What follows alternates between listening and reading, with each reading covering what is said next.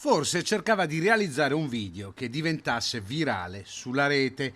Quello che ha sicuramente guadagnato però è una denuncia e una multa. Siamo a Piove di Sacco, dove nella serata di ieri un diciottenne di Chioggia, del veneziano, ha pensato di viaggiare sul tetto di una Y10 guidata da un diciottenne del luogo, filmando il tutto col suo cellulare. Non solo questo, perché i ragazzi hanno anche deciso di sfrecciare davanti al comando dei carabinieri del capoluogo della Saccisica.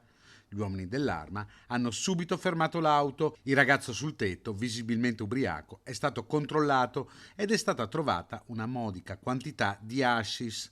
I militari hanno quindi deciso di perquisire l'abitazione del giovane, dove è stato trovato mezzo etto di droga e un bilancino di precisione. Il diciottenne è stato quindi denunciato per possesso di droga e multato per ubriachezza molesta. Il conducente della vettura, invece, ha ricevuto una multa per guida pericolosa e inosservanza di trasporto persone, oltre al ritiro della patente e il fermo del mezzo.